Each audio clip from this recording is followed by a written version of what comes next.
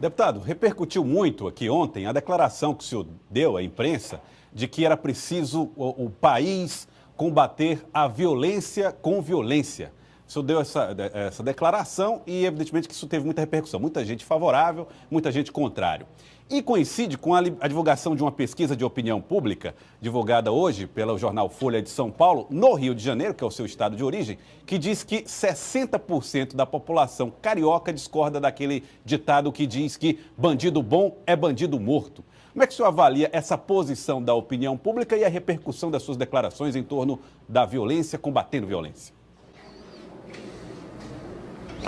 Eu não quero duvidar da pesquisa, mas a realidade, só no dia de ontem, 3 policiais militares foram executados no Rio de Janeiro. Ninguém tem mais paz no meu estado. Você não tem mais qualquer atividade noturna. Até mesmo diurna, você sai com muita preocupação. Nenhum pai, hoje em dia, está em paz enquanto seu filho está na escola. Então, essa pesquisa eu a vejo com muita cautela. Agora, nós não podemos combater a violência com flor, com paz e amor. Não dá. Essa política voltada basicamente para o politicamente correto e para os direitos humanos não tem dado certo em nosso país, bem como a política de desarmamento do cidadão de bem. O ser humano só respeita o que ele teme. A bandidagem, quando não tiver, enquanto não encontrar pela frente alguém do Estado pronto para tratá-lo de forma mais violenta até do que seu agressor, a tendência é a criminalidade e a violência prosperar em nosso Brasil. Pode ter certeza, eu desconfio dessa pesquisa no meu estado, pelo estado de guerra que nós lá vivemos. Que os direitos humanos, a política de direitos humanos não funcionou. Mas quem é contrário às opiniões que o senhor defende, diz que, na verdade, o Brasil nunca implantou uma política de direitos humanos. Ao contrário, há um desrespeito ao direito, por exemplo, dos presos, os presídios não conseguem abrigar, estão todos superlotados. Será que, obedecendo ou levando em conta esse argumento, o senhor não acha que é justamente a política da repressão excessiva que tem feito a criminalidade avançar? É exatamente o contrário. Eu não quero falar aqui em direito de preso. Para mim, com todo respeito, o preso tem direito a não ter direito. Hoje em dia, o presidiário, em grande parte, tem até auxílio reclusão. Quando um trabalhador é assassinado na rua, muitas vezes a sua viúva e seus filhos não têm qualquer proteção do Estado. Então, nós não podemos adotar a política aqui de querer tratar com cordialidade e com política de direitos humanos ou encarcerado. O objetivo da prisão é tirar o bandido da sociedade, fazer com que o estuprador, o sequestrador, o assassino não continue na vida do crime.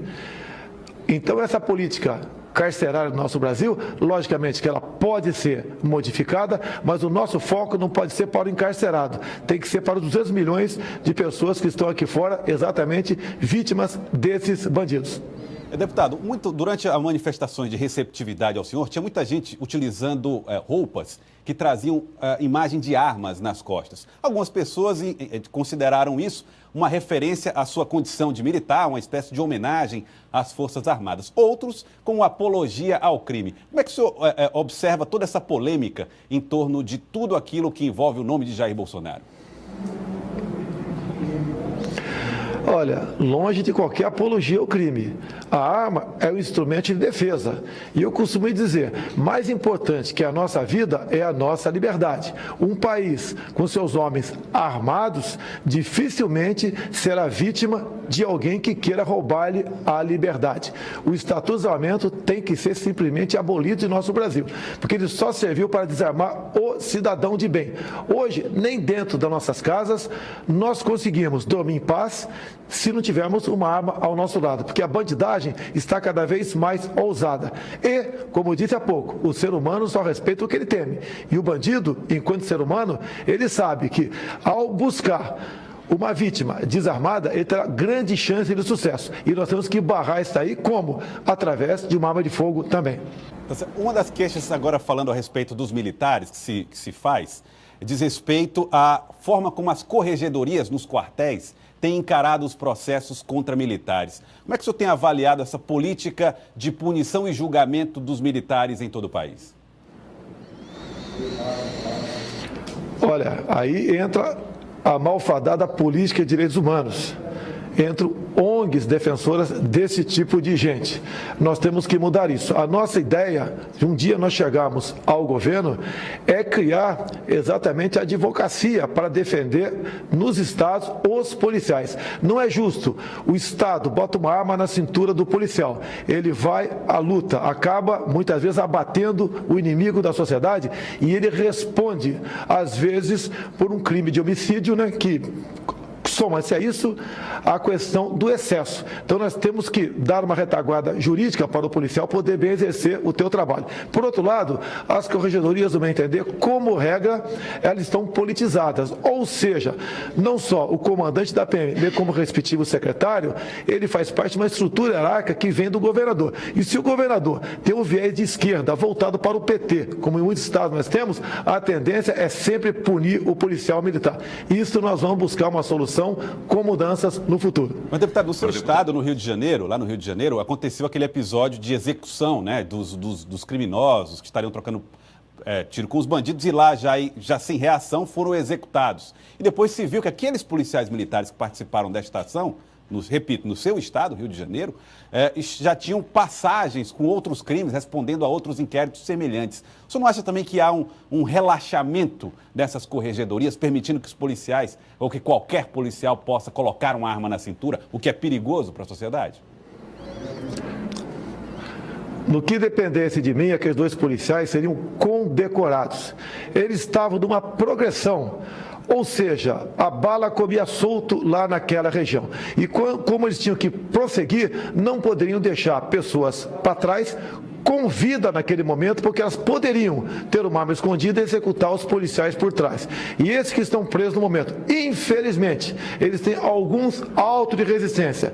Isso tem que ser para a sociedade um sinal que aqueles policiais trabalham. Afinal de contas, não é trabalho do policial distribuir flores por aí, deputado, e sim tiros para quem agride a sociedade. Deputado, me perdoe, mas essa política que o senhor está defendendo é uma política de guerra, no meio urbano. Quer dizer, é até incompatível. Se fosse o exército num campo de batalha, tudo bem, mas são policiais militares no meio de uma comunidade. Te convido para eu não vou, mas te convido para, nesses momentos, estar nas ruas, perto das escolas, para você ver como funciona o crime do Rio de Janeiro. Lá, o bandido não tem, raramente ele tem um revólver, uma pistola. Geralmente é fuzil importado, com a capacidade de destruição enorme. E eles não pensam duas vezes antes de atirar para cima dos policiais militares, que inclusive, como é a regra no Brasil, não tem praticamente qualquer meio para se defender dessa injusta agressão, quer seja com coletes, quer seja com equipamento de visão noturna, quando o combate é noturno. E nós, me desculpa aqui, estamos em guerra em nosso país. Deputado, o senhor vem peregrinando aí, uma peregrinação no país inteiro, uma crescente nas redes sociais. O que falta? Quais as alianças possíveis para que realmente possa credenciar como um pré-candidato aí no ano que vem? Eu tenho certeza, se vier concorrer, será praticamente sem nenhuma aliança, porque nós polarizamos o Brasil há muito tempo, PT e PSDB. E entendo que essas siglas desgastadas, com toda certeza, nós teremos lembrado como estamos sendo por parte do eleitor brasileiro. O eleitor não está preocupado se você é de direita ou se é esquerda. Ele está preocupado, em primeiro lugar, se você é uma pessoa do lado do bem, isenta de envolvimento em corrupção e com capacidade, ao escalar um time, que são seus ministérios, poder tirar o Brasil desse estado de coisa que se encontra no momento. Deputado, como seria essa forma de eleição, de candidatura, sem a mídia, sem a televisão, sem a propaganda política? Como é que o senhor vem tentando aí fazer todo esse desdobramento, caso venha a ser candidato, pré-candidato, e fazer uma campanha pelo Brasil inteiro sem a televisão? Você pode ver, raramente eu tenho uma mídia, como eu estou tendo com vocês aqui agora, isenta e me dando oportunidade. A grande mídia que está concentrada no Sudeste só lembra de mim para bater e para me caluniar. E mesmo assim, nós estamos em segundo lugar, quer seja na pesquisa espontânea, quer seja na estimulada. Isso é um sinal que nós estamos no caminho certo certo e nós fazemos uma política diferente. E mais ainda, eu fui citado na Lava Jato, fui citado no Petrolão e a imprensa do Sudeste nada falou. Fui citado, obviamente, por ser um parlamentar que, apesar do no passado pertencer à base do governo, nunca vendi meu voto para o PT. E agora, a mesma coisa na questão do Petrolão, como um dos 3 deputados do seu antigo partido, o PP, que não pegou o dinheiro na Petrobras. Isso daí, obviamente, ser honesto, não é virtude, é dever. Isso o povo tem entendido e o recado que eles têm, hoje em dia, uma mídia concorre com vocês, são as mídias aí que via internet, é o Facebook, é o Instagram. Então, essa mídia hoje em dia tem um peso muito grande na política brasileira, como teve nos Estados Unidos, como teve na Argentina. Então, a mídia hoje em dia, nós temos as duas partes. A mídia convencional, que é muito importante, mas essa mídia outra aqui, praticamente de graça e em tempo real, à disposição de todos, é que tem feito o meu nome, e não uma campanha, mas a divulgação do meu nome perante todos na sociedade.